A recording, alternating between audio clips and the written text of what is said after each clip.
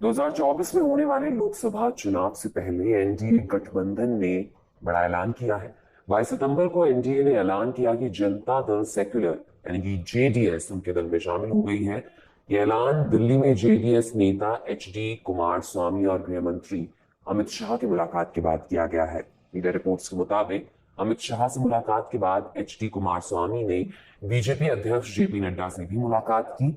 Meeting के बाद BJP अध्यक्ष ने सोशल मीडिया प्लेटफॉर्म एक्स पर लिखा, कर्नाटक के पूर्व मुख्यमंत्री और जेडीएस नेता एचडी कुमार स्वामी ने मुलाकात की। कुमार स्वामी की पार्टी ने हमारे वरिष्ठ नेता और गृह मंत्री अमित शाह की उपस्थिति में नेशनल डेमोक्रेटिक अलायंस का हिस्सा बनने का फैसला किया है। हम एनडीए में उनका तहे दिल से स्वागत करते हैं। ये एनडीए और पीएम मोदी के न्यू इंडिया स्ट्रॉन्ग इंडिया के दृष्टिकोण को और मजबूत करेगा। गठबंधन को लेकर जेडीएस नेता एचडी कुमार स्वामी के बेटे निखिल कुमार स्वामी ने कहा, ये फैसला कर्नाटक की जनता के हित के लिए लिया गया है। दोनों पार्टियां अभी गठबंधन की तह तक नहीं गई हैं। नई सीट के बंटवारे की बात हुई है। उन्होंने बताया कि इसमें भी कुछ समय लग सकता है। इस पर कोई चर्चा नहीं हुई है। आपको बताते चले कि जेडीएस और बीजेपी कभी कर्नाटक के साथ चुनाव लड़ी थी, लेकिन इस बार कर्नाटक विधानसभा चुनाव बीजेपी, जेडीएस और कांग्रेस ने अलग अलग लड़ा था। चुनाव में जेडीएस को बड़ा झटका लगा। विधानसभा चुनाव में पार्टी ने 13.29% वोटों के साथ सिर्फ 19 सीटें जीती।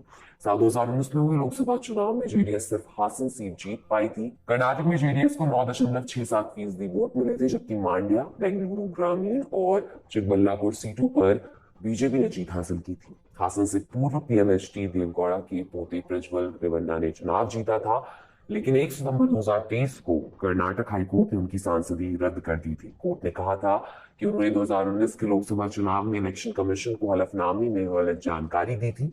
रेवन्ना ने कथित तौर पर अपनी 24 करोड़ से अधिक की कमाई छिपाई थी। प्रज्वल साल 2019 के लोकसभा चुनाव में जीतने वाले पार्टी के एकमात्र सांसद थे।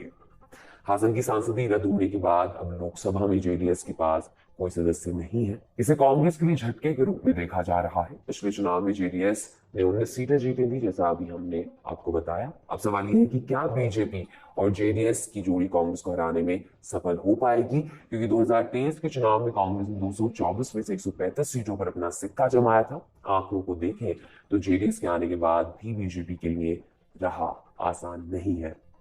आप इस पर क्या सोचते हैं, हमें कमेंट बॉक्स में जरूर बताएं। आपके लिए तमाम जानकारी इकट्ठा की थी हमारे साथी प्रशांत ने। मेरा नाम दिव्यांशी सुंदराव है। आप देखते रहिए दी लंदन टॉक। बहुत बहुत शुक्रिया। सिर्फ 59 महीने में पाइए यूट्यूब पर एलटी प्रीमियम। किसी भी प्लेटफॉर्म से 3 दिन पहले देखिए हमारे प्रीमियम प्रोग्राम जैसे guest in the news room, किताब वाला आदि। इसके अलावा बहुत कुछ। सब्सक्राइब करने के लिए यूट्यूब चैनल पर जाकर क्लिक करें ज्वाइन बटन।